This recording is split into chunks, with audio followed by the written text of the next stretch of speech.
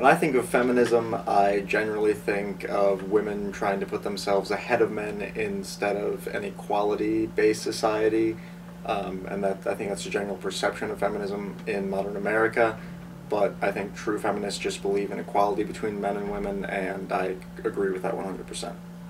I think sometimes people, particularly men, equate feminism with being anti-men, which I don't think is true. I think there are some women who are extreme feminists who might think that way, but that feminism as a topic, that is not their goal.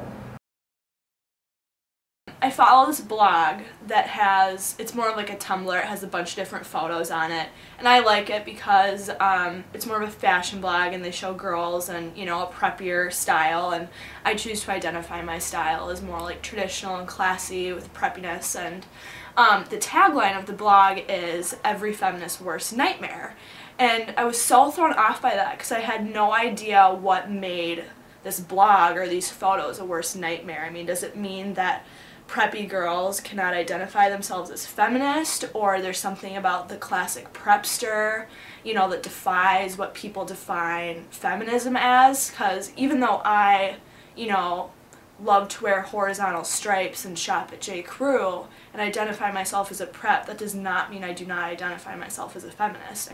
I consider myself a feminist, and I absolutely do not look down on men. Alright, I would say that feminism isn't properly represented on campus. Too many women are kind of taking it a step too far. It isn't represented equally, but it's more of a, not anti-man, but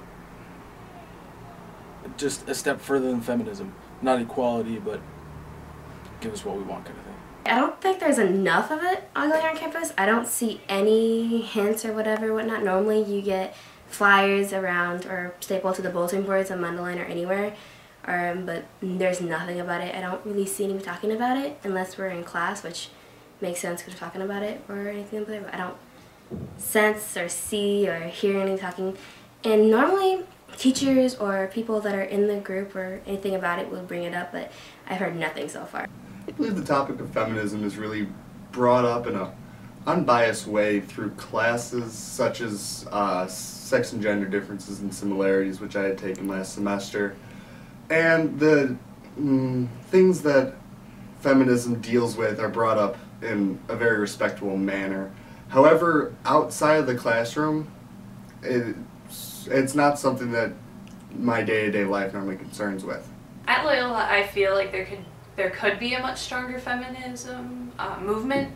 I feel like we have a lot of strong female minds on campus, especially because I feel like we have a very strong a larger female population than a lot of other universities, and this institution has a really good reputation for being highly intellectual, and I feel like because we are mostly female, we should have a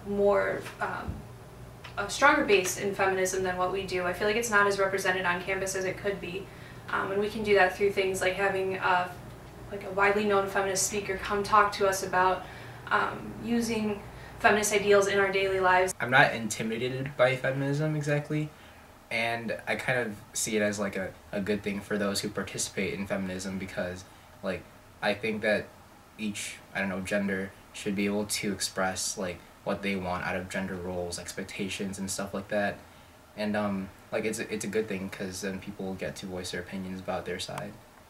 When people say things like grow a pair and be a man, it perpetuates the idea that men possess certain qualities that allow them to deal with situations that women cannot. It's these statements that validate the opinion of women not being equal to men. On a more immediate level, I feel as though I resent feminism because men sacrifice a lot and we must abide by society's rules as well. They are not the oppressors. In another sense, that's just a justification for the status quo. This confliction leads me to believe that feminine independence, given society's trends and the moral decline of the liberalized, creates family unit instability.